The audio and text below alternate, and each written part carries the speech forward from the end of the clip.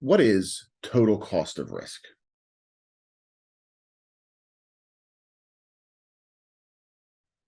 My name is Ryan Stillwell. I'm the owner here at Stillwell Risk Partners. And the reason I want to talk about total cost of risk today is because when we help our clients with their insurance program, our focus is not just on their insurance, but on their total cost of risk. But it's a concept that not many small business owners are familiar with. So I want to just go over the basics of what this is. So total cost of risk, right? It's a methodology for assessing where your costs are going to related to the management of your risk, right? So the obvious example here is with insurance premiums, right? What are you paying for your insurance premiums? That's a portion of your total cost of risk and goes into that calculation, but it's not the whole thing. Oftentimes it might be 20, 25% what a business pays in terms of the total cost of risk. So by looking at these other four areas, we can often identify areas in which we can maybe reduce costs, how a risk management program can affect those costs. So what I want to do here is just give a quick overview of what total cost of risk is, what those areas of expenses are. So obviously, number one is insurance premiums.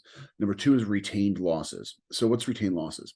If you have a high deductible, anything underneath that deductible before the insurance company starts paying is retained loss. Anything that you're not insuring that you have a loss for is retained, right? So think about what your company is paying when an accident injury occurs. Next is risk management department costs. So this can be a variety of things. It can be if you have a safety officer in your company, the payroll to that employee. If you have somebody come in and do training, safety training for your company, or even if you're just doing that internally. Maybe you don't have a safety officer, but you have an operations manager or your different supervisors or foremen. They might do some training on a daily basis. Maybe it's only 5 or 10 minutes, but those costs do add up over time, right? So that those are risk management department costs.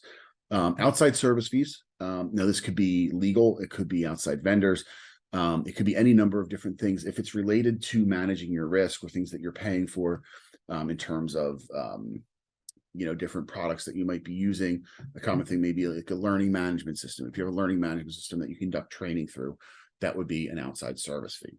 And finally, you have your indirect costs, and these ones are a little bit harder to measure, right? Those soft costs.